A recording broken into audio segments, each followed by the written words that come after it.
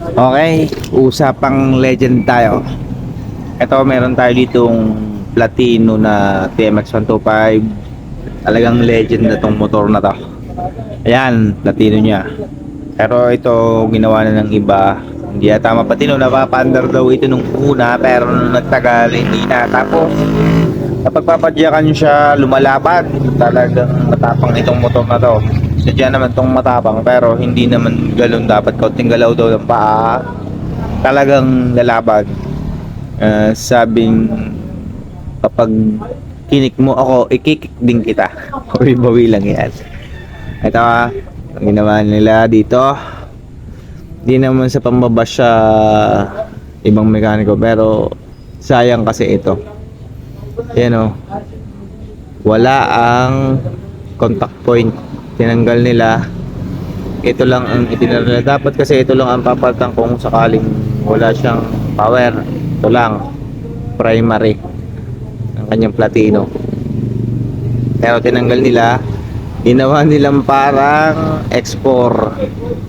Ewan ko. Hindi naman ito 2 stroke 4 stroke to. Kaya kailangan ito may trigger. At saka ito, ang ginawa nila, tinanggal nila ang pinaka-trigger dito ng tawag doon, contact point. Yan. Pag ito ay i-convert sa CDI, papalitan ng stator yan. Ito. Parehas naman siya ng kung ito, dahil structural nito at sa CDI at Platino, parehas lang ito. Pinagkaiba lang ito. Ito lang tayo pinagkaiba at magneto. Yan. Tsaka ang harness niya.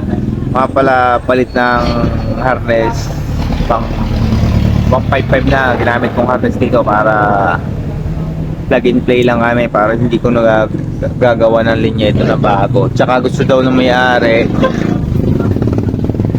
gumana lahat ng kanya accessories. Eto nila, meron na rin pala itong turbocharger. Nilagyan ko na yun nasa taas. Siyempre hindi mo wala yan para maganda ang charging niya, kasi napakamahal ng genuine na kawan nito, regulator. Tapos kailangan pa natin ng condenser sa likod. Yun. Mahirap maghanap ng condenser. Meron siguro sa online. Saka isa pa ito.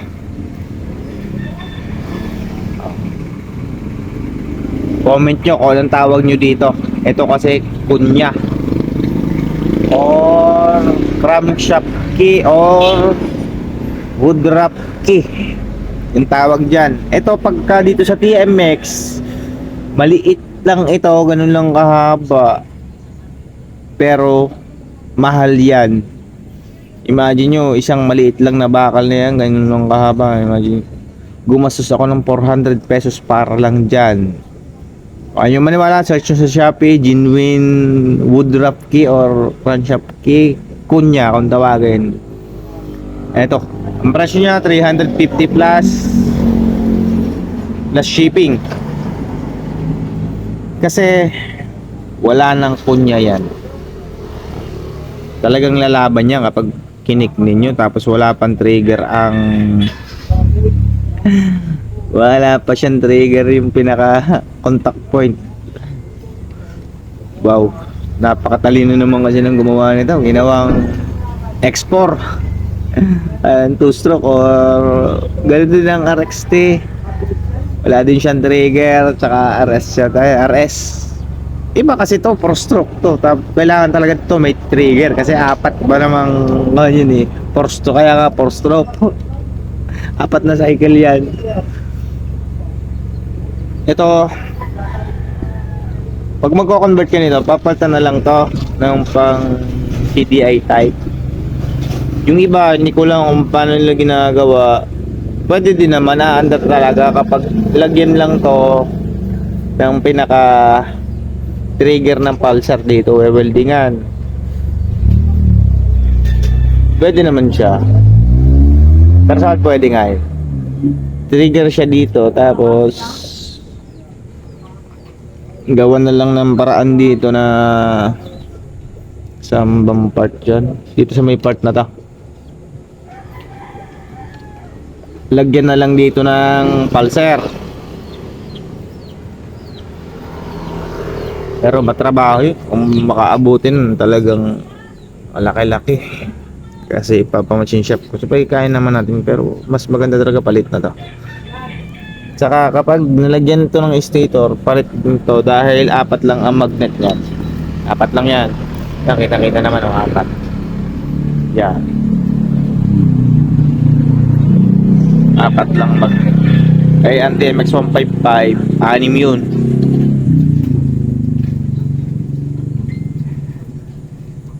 Ayun ako. Grabe. Diba dito? Paltan ko na lang to. Ito. Yan.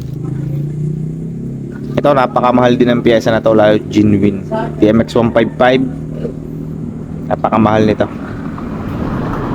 Yung mga hindi ko lang alam kung saan galing yung mga bago nitong dinadala sa Honda. May nakukuha naman ito eh. Sa mga kulang-kulang 4K siguro yung bagong kulit. Pero yung dati nito, yung mga sa unang stock na ito sa Honda, yung mga genuine, magre-range siya ng kulang-kulang 6K.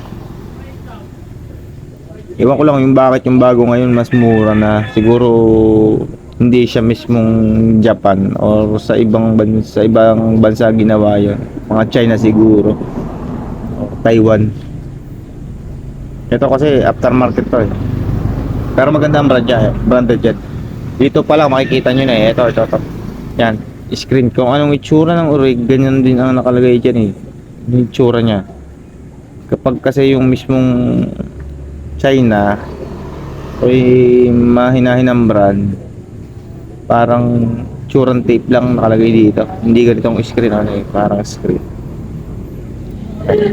Ako naman meron akong ito. Paras lang siya ng 125. Kaso ito CDI version to. Paras siya na TMX 125. Pinanggalingan nito. Ito lang CDI version. Meron na siya nito. Yeah.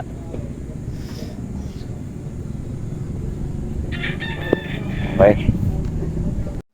O yan, nakakabit na ang ating magneto. Siya, yun nga palang kanina magneto. Nakita ko, hindi pala yung pang TMX. So, sobrang dami ko ang parts out na piyesa. Nalito na ako dun eh. Hindi yung pang TMX. Ito yung pang TMX mismo. Yun ay pang GY6. Pwede din naman yun. Kaso ito, sala lang ang pwesto. Ito, nandini sa parting ito.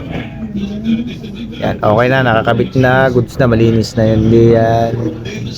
So para umaandar na yan. Ayan, CDA nga pala ng ginamit ko yan. Umaandar na yan. Paso ito. Ito ang malala. Yan. Wala siyang tornilyo dito. Nalaglag na. Ayun, nando doon sa loob. Doon. Yeah, yo, nandun. Kakalasin natin yan. At saka ito. Susmiyo garapon. Ano ba naman ito? Grabe na. Ayan, kita nyo. Nasa sa ilalim. Ano balon yan. Tsaka mga thread nito, ubos lahat. Kaya pala todo pakapit ito. Pero okay naman, hindi naman totoong issue yan. Pwede ito lagyan lang ng mahabang tornilyo. Kasi lampasan naman yan doon sa ilalim. O yan, lampas yan dyan. Lahat yan, tatlong yan, lampas yan doon sa ilalim. Pwede, kapag wala na talaga, pwede lagyan nyo ng nut sa loob. Kaso kailangan taplasin or ginagawa ko dito, no-oversize ko na, pinapalaki ko ng butas, ginagawa kong 12 para mabilisan. Yan, para lahat ng kawan yan lost thread na, kaya pala ito todo pakapit to. Kakalasin ko muna yan at ayusin ko yun, hindi maaari yun. Bakit ba naman may ganun? Napakalupit naman ang mekaniko nito. Bakit ako? Okay na? Patay pala din eh.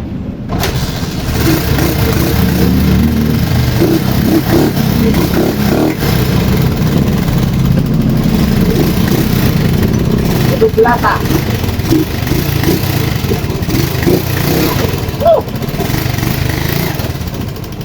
Ari pala parang tipaklaw.